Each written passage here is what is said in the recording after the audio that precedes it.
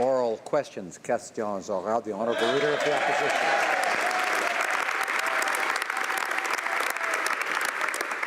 Monsieur le Président, la semaine dernière. Last week, we discovered that Kurdish authorities captured jihadists from the Islamic State who have Canadian citizenship. They committed atrocities. Medias indicate that these individuals had been contacted and individuals wanted to help them come back to the country. Can it be confirmed that this government proactively contacted these terrorists instead of making sure that they be brought to justice? Honourable Minister for Border Security. Mr. Speaker, what I can confirm is that this government takes the safety of all Canadians seriously. We work very closely with our law enforcement agencies and their partners around the world to ensure the evidence is gathered, and for individuals who have committed serious crimes, they will face the full consequences of the law in Canada. Leader of the Opposition.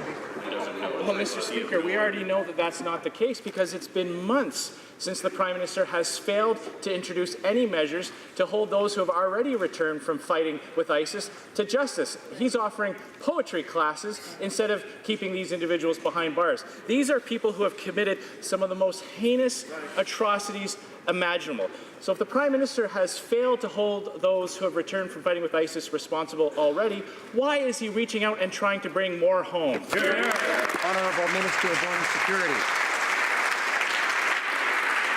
Mr. Speaker, in the 10 years of the previous government, they failed to take any action against any member of who had committed terrorist acts in a foreign land. Since coming into our government, we have now incarcerated 4 individuals. Mr. Speaker, we have complete confidence in our CMP and our national security officials to do their job and to keep the country safe. Order. The Honourable Leader of the Opposition. Mr. Speaker, it's clear that renegotiating NAFTA by the Prime Minister did not put Canada in a better position. Donald Trump's representatives said that when it came to concessions, Canada was very generous. Not only did the Prime Minister allow greater access to our dairy market, he also decided to limit our exports to other countries. Why did the Prime Minister accept an agreement that is to the disadvantage of our exporters? The Honourable Minister of Foreign Affairs. Mr. Speaker, we refuse to capitulate, and we have a good agreement for Canadians. This will protect billions of dollars and will lead to the generation of thousands of jobs in Canada. Jerry Diaz, premiers, and other representatives support this, as well as representatives of every political party. The Honourable Leader of the Opposition. It's odd that the Minister used the word capitulate, because that's exactly what they did. They capitulated on access to Canada's dairy market. They capitulated on pharmaceuticals, agreeing to Donald Trump's plan for higher drug costs for Canadians. And they actually agreed to limit Canada's dairy exports to other countries so that American farmers can fill that space. Can the Minister explain, did she get in return for all those concessions an end to steel and aluminum tariffs? Minister of Foreign Affairs. Mr. Speaker, when we were in the heat of the negotiations, all we heard from the Conservatives was that we were being too tough, that I was being too tough, and that we should capitulate. Now that we have it. Order.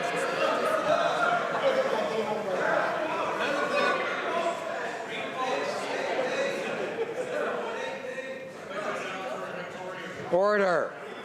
The Honourable Member for Edmonton West will come to order, and so will others. Order. We'll need to hear the answers as well as the questions. I had no trouble hearing the question. I should be able to hear the answer equally well. Order. The Honourable Minister of Foreign Affairs. Mr. Speaker, now that we have a deal, they've discovered their Monday morning courage. Mr. Speaker, we were tough when it mattered. We stood firm and we got a good deal for Canada. Honourable Leader of the Opposition. Mr. Speaker, I can assure the Minister that nobody thinks that this government was too tough with Donald Trump and the Americans. Nobody. Nobody thinks that they were too tough on autos accepting a cap. Nobody thinks that they were too tough when they agreed to limit Canadian dairy exports to other countries. Mr. Speaker, it seems like the minister had some Sunday night panic as they agreed to concession after concession after concession. Did they get an end to steel tariffs after giving all that away?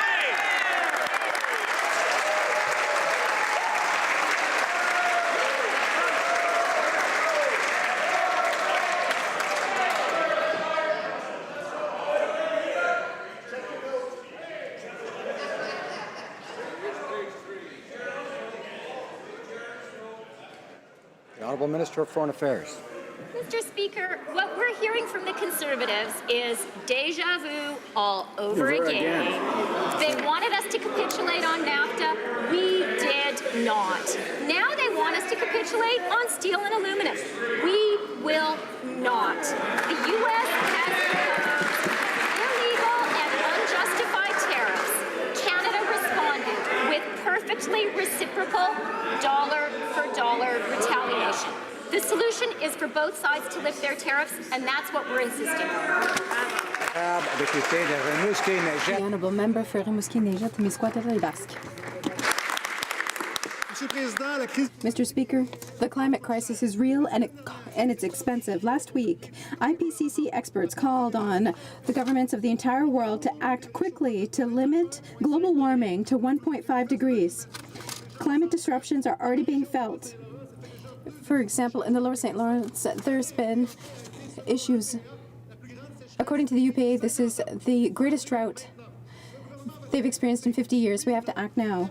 Will the government support our request to hold an emergency debate on the conclusions of the IPCC? The Honourable Minister of Très bien que nous devons lutter contre les changements climatiques. Intergovernmental Affairs. We know that we must fight climate change, and that's exactly what our government is doing. We have a real plan to tackle climate change and to grow the economy at the same time. Our plan represents, as you know very well, to make sure that polluters pay, and we will continue to work with Canadians to make sure that we have strong economic growth while we take real measures to fight against climate change. They're congratulating themselves. Maybe the government should recognize that it's maintained the same greenhouse gas reduction targets as the Conservatives.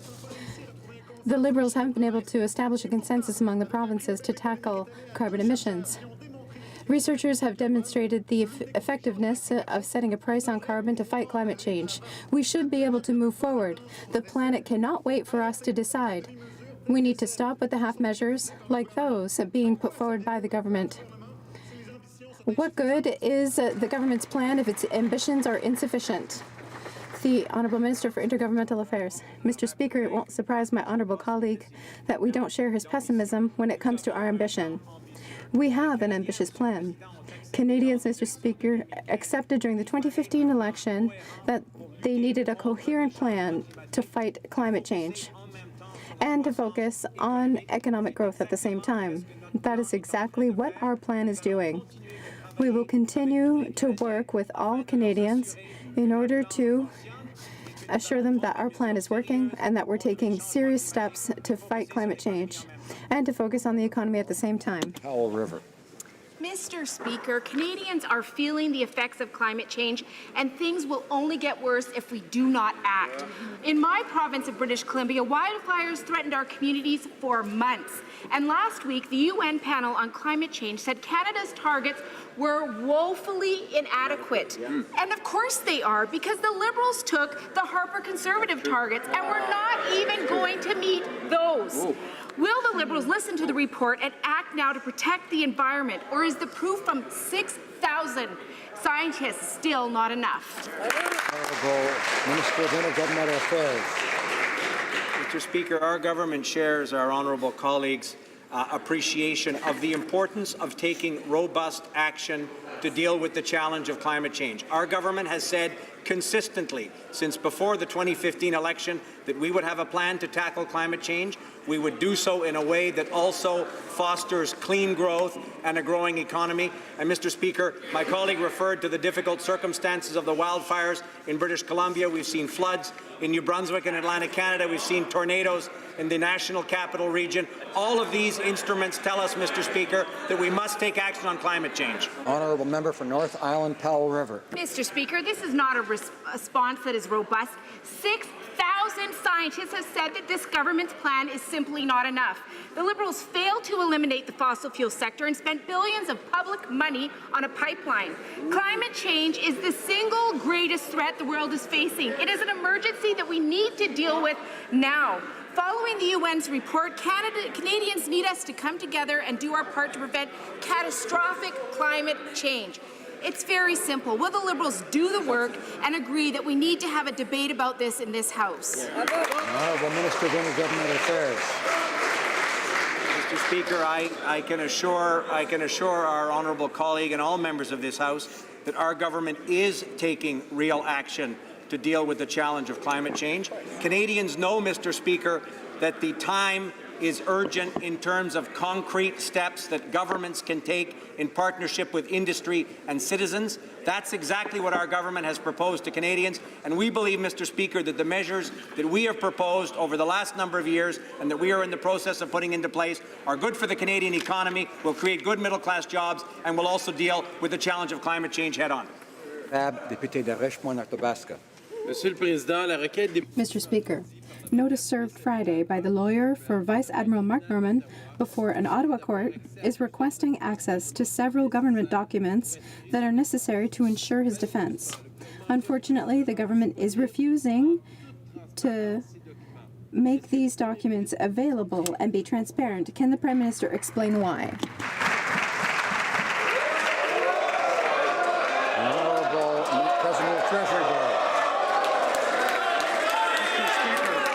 Mr. Speaker, my mandate as President of the Treasury Board involves expenditure management and a challenge function to ensure that the integrity of government procurement practices is followed every time. When we formed government, we inherited a situation where the previous government had negotiated a $668 million sole-sourced contract. We had a responsibility at that time to do our due diligence, to pause and to ensure that we were doing everything we could to protect the interests of Canadian taxpayers. Honorable député de Richmond-Arthabaska. Mr. Speaker, Vice Admiral Norman is a man who served Canada for his whole life, and he served bravely. Refusing to give him every opportunity to defend himself is unfair and unacceptable on the part of this Liberal government. The requested documents include communication between a lobbyist for Irving and the Liberal member for King's Hants, who is also, surprisingly, the President of the Treasury Board. My question is simple. Will the President of the Treasury Board obtain authorization from the Ethics Commissioner to lobby on... Has he obtained permission to lobby on behalf of Irving, the Honourable Parliamentary Secretary? Our government is delivering for Canadians by equipping the Navy and the Coast.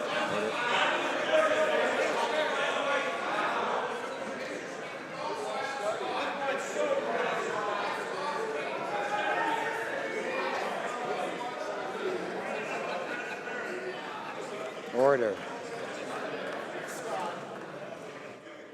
The Honourable Parliamentary Secretary. Thank you, Mr. Speaker. The government is delivering for Canadians by equipping the Navy and the Coast Guard with the ships they need in order to serve Canadians. It would be inappropriate to comment on ongoing court proceedings on this or any other matter. Thank you, Mr. Speaker. The Honourable Opposition House Leader. Mr. Speaker, there are very troubling reports about leaks that were coming from the Liberal government in relation to the Davie shipbuilding deal. The National Post reports that the Treasury Board President personally intervened and tried to kill the deal in favour of his friends at Irving. That minister's connections to the Irving family are well known. So a simple question. Did the President of the Treasury Board get clearance from the Ethics Commissioner before he lobbied on Irving's behalf? And we would appreciate an answer from the President of the Treasury Board. The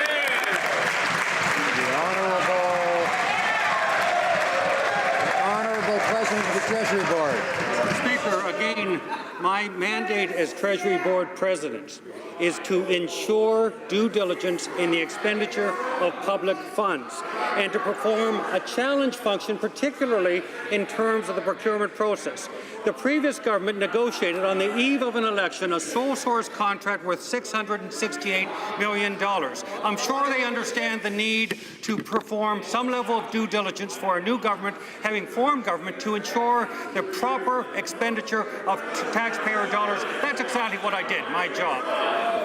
Opposition House Leader.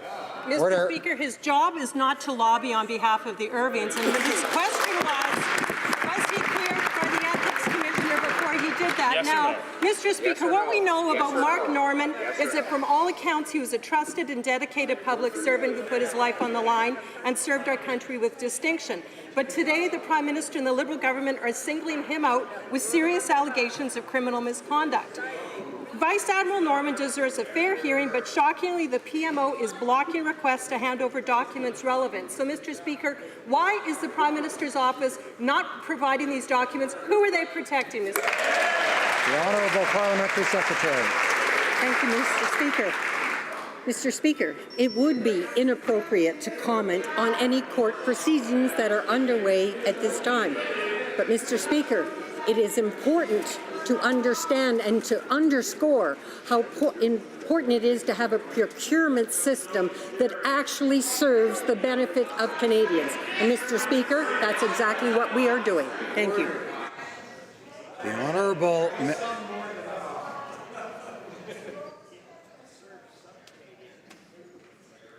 Member for Thornhill. Mr. Speaker, the Conflict of Interest Code for members of Parliament is very clear when it says a member shall not use his or her position to influence a decision by another person so as to further the member's private interests or those of a member of her family.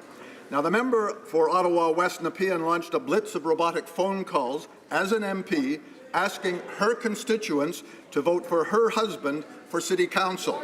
Now, do the Liberals agree, Mr. Speaker, this is a flagrant breach of the Conflict of Interest Code? The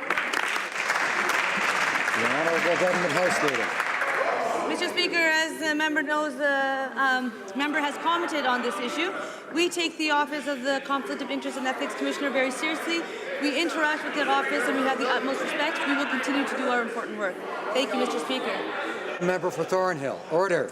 Well, Mr. Speaker, the Ethics Commissioner has announced that his office is considering investigating the Liberal member from Ottawa Nepean.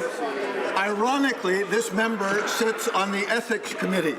Does the minister believe that the member from Ottawa Nepean West should continue on the Ethics Committee while the Ethics Commissioner considers and conducts an investigation? Honourable Government House Leader.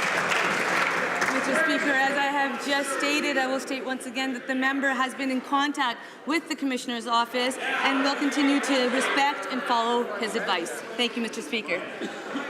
Député d'Hochelaga. Mr. Speaker, the Liberals are continuing the policy of harassment started by the Conservatives against charities. The Canada Revenue Agency does not intend to uphold the court's decision. With its new rules, it will continue to monitor all charities. The judge was clear. These organizations have the right to freedom of expression.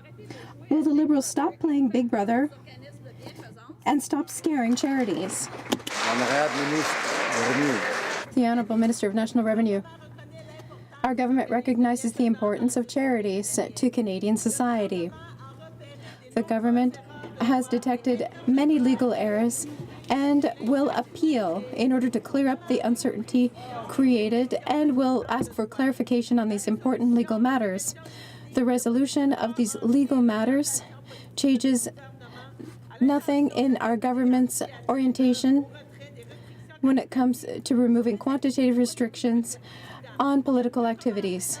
I cannot comment any further as the case is before the courts. Valley. Thank you, Mr. Speaker. Canadian charities remember well the dark days when the Harper government used to use the CRA to attack them, trying to silence their voices of civil society, anti-poverty groups, environment groups, women's groups, and Liberals promised them that the attacks would stop. But like so many other Liberal promises, they broke their word. These groups counted Liberals as maybe friends, but with friends like these groups don't need any enemies.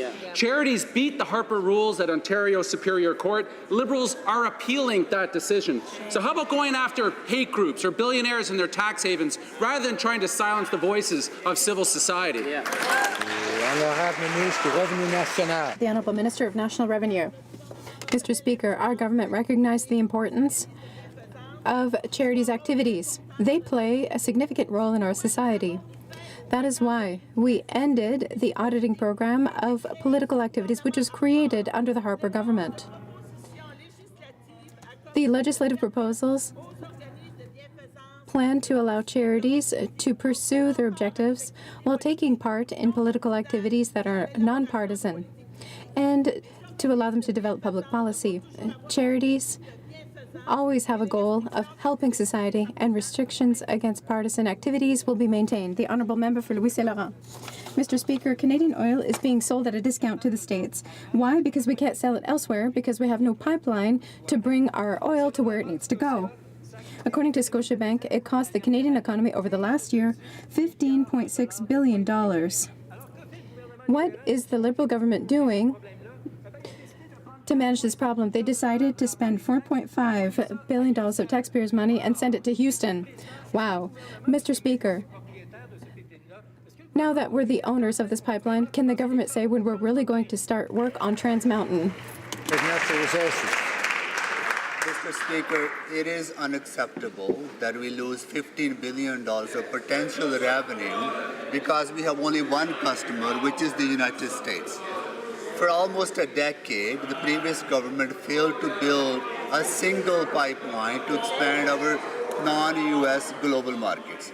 We are working very diligently to respond to the issues that has been identified by the federal court, and we have put forward a path forward to bring this project back on track in the right way. Thank you, Mr. Speaker. For Red Deer Lacombe. Mr. Speaker, right now Canada is the cheapest place in the world to buy oil.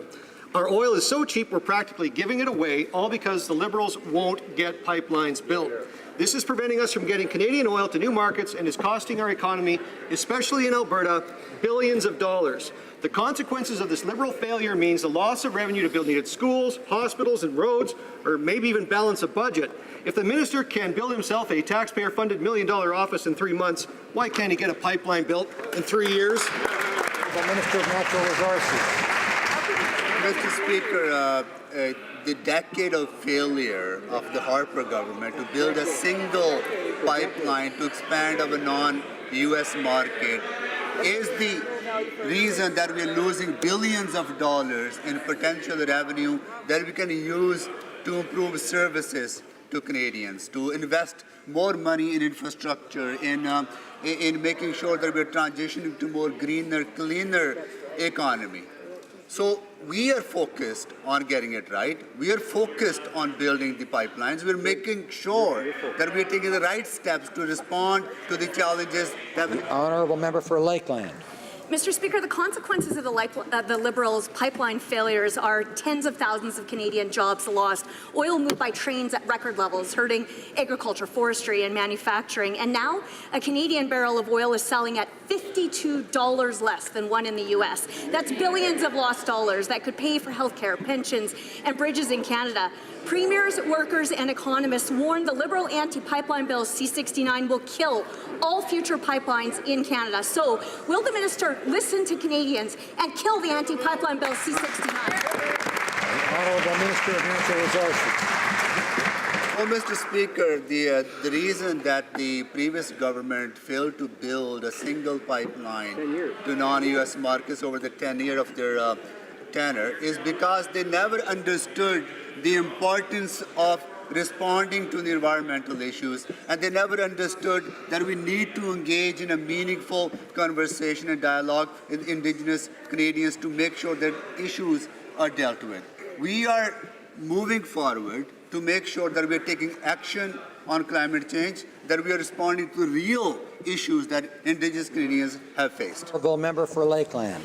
Mr. Speaker, 4 major new pipelines, including access to new markets, is the Conservative legacy. The reality is the Liberals' anti-pipeline bill C-69 will block all new pipelines and make that massive discount permanent. That will be the Liberal legacy. The consequences of the Liberals' failure is tens of thousands of Canadians out of work, Canada's money going to the U.S. and billions of dollars in deficits.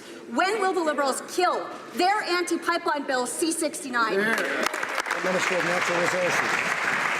Well, Mr. Speaker, let's talk about the lack of action that we saw from the previous government. When they got into office in 2006, 99% of Alberta's oil was sold to the United States. When they left office 2015, 99% of Alberta's oil was still sold to the United States. That is their failure, Mr. Speaker. We are focused on expanding our non-U.S. global market. That is why we're responding to the TMX issue in the way the federal court expects us to do so. Good job. Order. Honourable member for Timmins, James Bay. Mr. Speaker, the Canada Pension Plan Investment Board is a Crown corporation answerable to Parliament. And in their corporate ethic guidelines, they say they will meet a credible standard.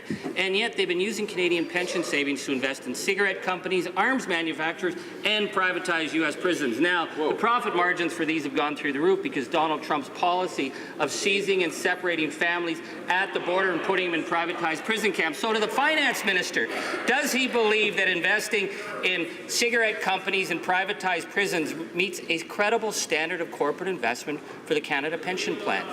Honourable Minister of Finance. The Canada Pension Plan Investment Board is an independent agency from government. This is important in order to protect the pensions of Canadians both today and tomorrow. We expect the CPPIB, like other Crown corporations, to live up to the highest standards of ethics and behaviour, and that is in fact exactly what they're doing. The Honourable Member for Laurier-Sainte-Marie. Monsieur le Président. Mr. Speaker, outrage continues to mount over the disappearance of journalist Jamal Khashoggi at the Saudi consulate in Istanbul. The Minister of Foreign Affairs waited almost 2 weeks before doing what? Tweeting a joint statement by the French, German, and UK foreign ministers. We didn't even issue our own statement. So, what will it take for this government to stand up for human rights and stop the sale of weapons to Saudi Arabia? Minister of Foreign Affairs. Mr. Speaker, our government's willingness to stand up for human rights around the world, including in Saudi Arabia, is very well known. When it comes to the disappearance of Jamal Khashoggi, we're very concerned. I spoke earlier today about it with the Saudi Arabian Foreign Minister. I expressed Canada's deep concerns and asked for a thorough, transparent, and credible investigation. I emphasize that those responsible must be held to account. We've been in very close touch with our G7 and NATO allies on this issue. Thank you. The Honourable Member for Brampton East. Thank you, Mr. Speaker. Sikh and Hindu minorities in Afghanistan face constant persecution, discrimination, and violence. Thousands have been forced to flee, and many are living in very precarious conditions in nearby countries. We are fortunate to have a strong community in Canada that has come together and stepped up to bring some of these vulnerable families to Canada as refugees. Will the Minister please update this House on the status of the effort to resettle vulnerable Afghan, Sikh, and Hindu refugees? The Minister of Immigration. Mr. Speaker, I want to thank my colleague from Brampton East for not only his question, but for his strong advocacy on this particular issue. We're deeply concerned by the persecution of Afghan, Hindu, and Sikh minorities in Afghanistan. Although our government is a global leader in refugee resettlement, we understand that these particular refugees are at a particular risk, and that is why we've been working very closely with the Manmeet Buller Foundation and others to not only identify them, but to expand resettlement opportunities to Canada. The Honourable Member for Charlesbourg, Haute-Saint-Charles. Mr. Speaker, once again, the Prime Minister is displaying his lack of commitment to Canadian safety. It is now clear that the Huawei company poses a threat to our public telecommunications infrastructure. Not only did the United States and Australia ban this company from their countries, but as well 2 senior members of both political parties in the American Senate wrote to the Prime Minister to convey to him the extent of this threat. Will the Prime Minister give the order today to ban Huawei from Canada? The Honourable Parliamentary Secretary.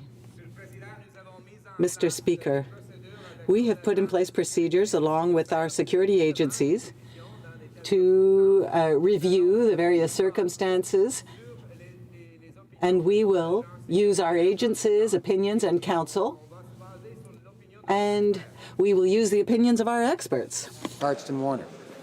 Mr. Speaker, United States 2 political parties are united on one thing. Right. They oppose Canada opening itself up to China's telecom giant Huawei by including them in our 5G network. This increases the risk for the Chinese spying on Canada and our allies. We know China stole Canadian technologies, resulting in the loss of thousands of jobs. And now the Liberals are failing to protect Canadian security and jobs. Will the Prime Minister put Canada first and ensure that Huawei is excluded from our 5G network? The Honourable Parliamentary Secretary to the Minister of Economic Development. Mr. Speaker, the honourable member knows that we will never compromise our national security. Mr. Speaker, we have every confidence in our national security agencies, Mr. Speaker. We are constructing a 5G network in this country. We have put resources into that, but in no way, shape, or form will we compromise our national security. We'll rely on the expertise of our agencies and move forward in that regard. Honourable Member for Durham. Mr. Speaker, the Conservative caucus, like many Canadians, are deeply concerned about reports that Saudi Arabia may be directly involved in the disappearance of journalist Jamal Khashoggi. Can the minister inform this House on actions it will take against Saudi Arabia if the reports of his death in Saudi custody are confirmed?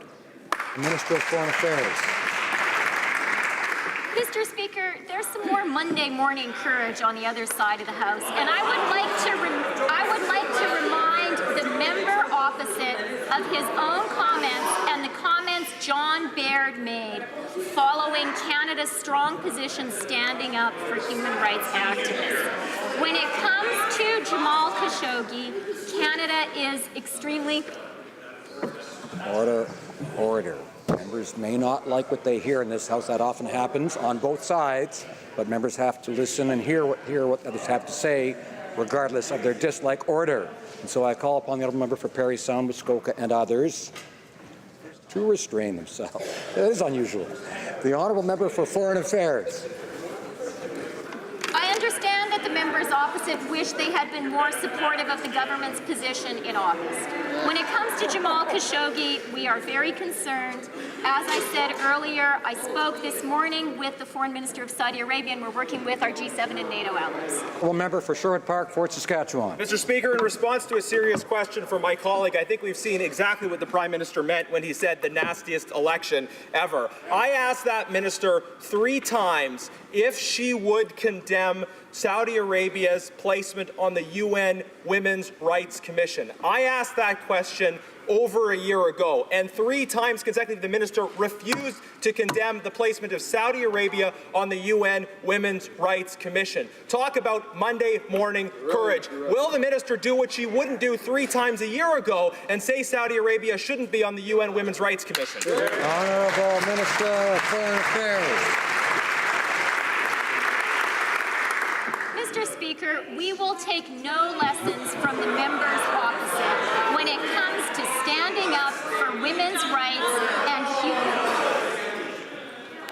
We will take no lessons from the members opposite when it comes to standing up for women's rights and human rights around the world. I would like to remind them what John Baird said in August our government should be doing. We did not. We stood firm. We will continue to stand firm. And when it comes to women's rights, women in Canada and around the world are proud of our feminist foreign policy, supporting women here and around the world.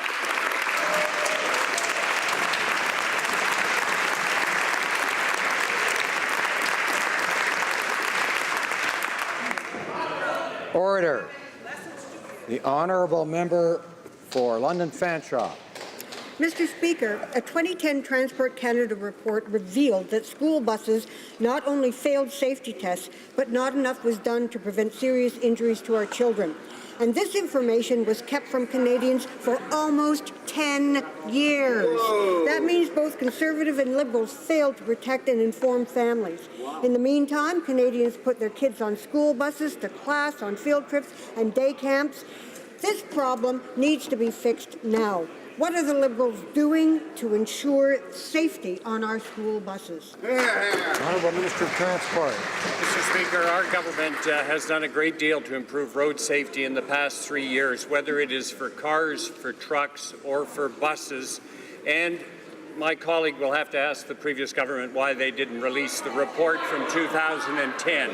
However, having said that, I have instructed my department to take an in-depth look at the question of seat belts in buses, a fresh look based on all of the evidence that has been collected since all the way back to 1984, and I look forward to their findings. Bravo. The honourable member for Trois-Rivières. Mr. Speaker. 8 years of secrecy? Well, that puts the Conservatives and the Liberals on the same side. The 2010 report reveals that school buses have failed safety tests and that therefore our children are not sufficiently protected when they take the bus to school. And for 8 years, Transport Canada kept that report secret. That is the height of irresponsibility and lack of transparency. The Minister of Transport has said repeatedly that safety is his first priority. So will he deal with the problem, or will he launch yet another study to determine whether or not we should provide better protection for our children? The Honourable Minister of Transport. Mr. Speaker, as I just said in English, we have established several steps to improve road safety over the past 3 years, whether it be for buses, including school buses, cars, and trucks. That being said, I have instructed my department today to take an in-depth look at the issue of safety belts on school buses, and I look forward to hearing the results. For Red Deer Mountain View. Mr. Speaker, Western Canadian grain farmers are dealing with one of the most difficult harvests in recent history. In my area, barely 20% of the harvest is in. Early snow and wet conditions have forced farmers to dry most crops being harvested. Unfortunately, in Alberta, the carbon tax is making this difficult harvest worse and wiping out all remaining profits. Will the Liberals quit attacking farm families and scrap their punishing carbon tax? Honourable Minister of Agriculture. Thank you, Mr. Speaker, and I appreciate my honourable colleague's question and concern. Being a farmer, I fully understand, Mr. Speaker, that when you have snow on the ground and you cannot harvest your crops, it is certainly a difficult situation. We're monitoring the situation, and there are programs that are available, but we hope they will not have to be used, Mr. Speaker. It's important, and hopefully they will be able to harvest their crops. Thank you. Honourable member for Foothills. The Liberals did not campaign on imposing a carbon tax on provinces, and more Canadians do not support this tax grab. Right. The Liberals' carbon tax scheme is crumbling. Manitoba, Saskatchewan, Ontario, Prince Edward Island, now Alberta, all stand in opposition to the carbon tax. The Liberals use this ridiculous argument that the carbon tax improves competitiveness and creates jobs. How? Canadians know this tax grab is a failure and they do not support it. Will the minister stand with Canadians and abandon the carbon tax? The Honourable Parliament, the Honourable Government of Intergovernmental Affairs. Minister. Speaker, we've been clear since before the election in 2015 that our government would take serious and meaningful action to face the real challenge of climate change. And Mr. Speaker, we have also said that putting a price on pollution is one of the most effective measures in dealing with the real challenge of climate change. Now, my honourable friend may think that pollution should be free. We think, Mr. Speaker, that polluters should pay, and we'll continue to work with provinces, industry, and Canadian citizens to ensure, Mr. Speaker, that we have the most robust, effective climate change plan in place. The Honourable Member for Carleton. But polluters will not pay under the Liberal plan. In fact, large industrial polluters are exempt from the carbon tax. It is seniors, and struggling single mothers who will pay more just to drive to work or heat their homes in minus 30-degree weather. Why is it that whenever Liberals come up with a new tax, it always costs the most to those with the least? The Honourable Parliamentary Secretary to the Minister of Environment. Thank you, Mr. Speaker. And with respect, I direct the honourable member's attention to the report of Stephen Harper's former Director of Policy, who indicated specifically that families can expect to be better off with the results of our plan being implemented. Mr. Speaker, it's not just him. I'd also point him to the news last week of Professor William Nordhaus, who actually won a Nobel Prize in economics for identifying a plan that would actually lead to families being better off. He pointed specifically to the province of British Columbia as a world leader. We are moving forward with a plan that will protect the environment, grow the economy. It's what Canadians expect, it's what they deserve, and it's what we are delivering to them.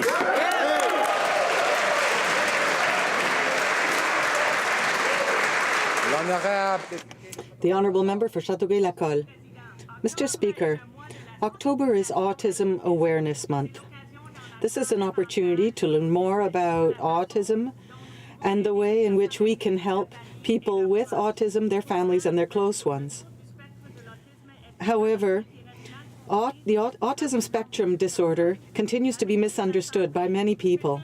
Can the Minister of Health tell this House what the government is doing to raise awareness and assist families? The Honourable Minister. Mr. Speaker, thank you very much. I'd like to thank my colleague for Châteauguay-Lacolle for an important question. Our government acknowledges that autism spectrum disorder has important repercussions on Canadians affected by it and their families. In Budget 2018, we invested more than $20 million in new community initiatives to better respond to Canadians' needs. Furthermore, we are investing in research to better meet the needs of people living with autism. Thank you. Honourable Member for Sarnia-Lambton. Mr. Speaker, with marijuana legalization only 2 days away, law enforcement are not adequately prepared and equipped for this change. The Liberals failed to learn from the experiences in Washington State and Colorado, where accidents involving marijuana skyrocketed after legalization. Roadside testing is not in place in most Canadian jurisdictions, and the Liberals did not provide adequate training for police officers. Why have the Liberals failed to protect Canadians? The Honourable Minister of Border Security. Mr. Speaker, let's talk about failure. For almost a decade, the police urged the Harper Conservatives to provide them with new legislative authorities for funding, for training, and for access to new technologies, and they failed to provide that. And when we brought those measures forward, they voted against it. Mr. Speaker, let's let the police talk for themselves. And this afternoon, the President of the Canadian Association of Chiefs of Police said, and I quote, "The police are ready."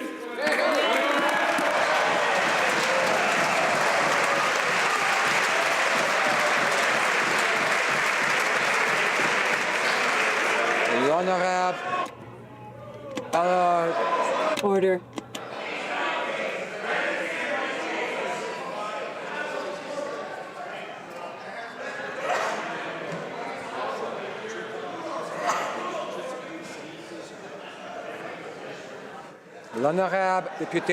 The Honourable Member for Longueuil-Saint-Hubert. Order, please. Mr. Speaker, the new Cube radio station broadcasts only over the Internet.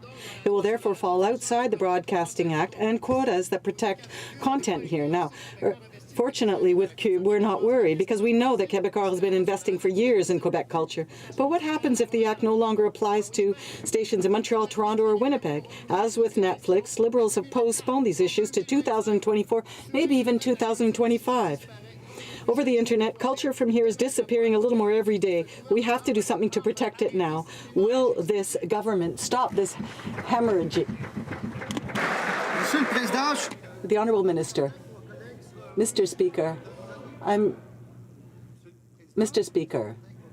I'm sure that my colleague will be pleased to give me the opportunity to remind him that I have been traveling throughout Canada and meeting people from all sectors, and they've been telling me how pleased they are about sector investments from the government in telefilm, in art and culture, and also the fact that we have set up a panel of experts that will be looking at this issue, and we will be looking at them.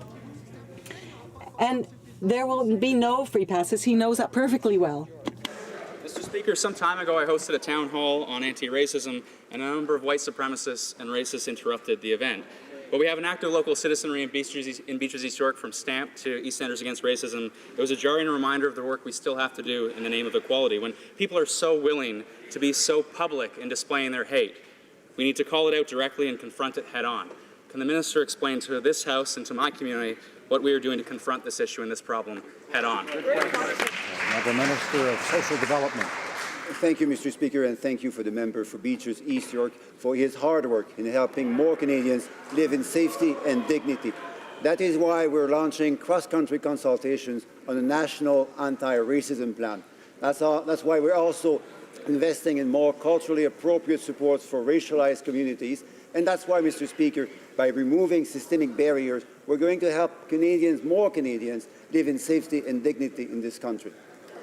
The Honourable Member for Bellechasse-les-Etchemins-Lévis. Mr. Speaker, when will the Liberals stop trashing Quebec City's citadel? I was there last week. Now there's a stone being used that not only isn't compliant and the wrong kind of quality, but it also cracks in freezing and thawing. When will the minister enforce his own policies? There was supposed to be a study. What's happened with that study? Through you, Mr. Speaker, when will the minister respect this citadel and use the original stone? We're proud of that stone. The Honourable Minister of National Defence. Mr. Speaker, let me be clear. We value the rich heritage of the Citadel. We will repair the fort using original Citadel stones. In cases where damage to the original stone is too severe, a Quebec bidder was contracted to ensure additional stones meet strict regulations. I understand this contractor will now use stones from Quebec for the next phases of the project. But, Mr. Speaker, I'm surprised to see my colleague's concern, given his former government used an American stone for projects at the Citadel in 2007 and 2008. Thank you, Mr. Speaker. Deputy.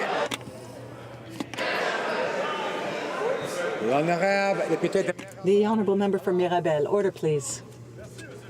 Thank you, Mr. Speaker. Mr. Speaker, we've ended up with Coca-Cola here, and now Coca-Cola is going to be able to sell us milk. That's the point we're at. Do you trust Coca-Cola to sell us quality dairy products?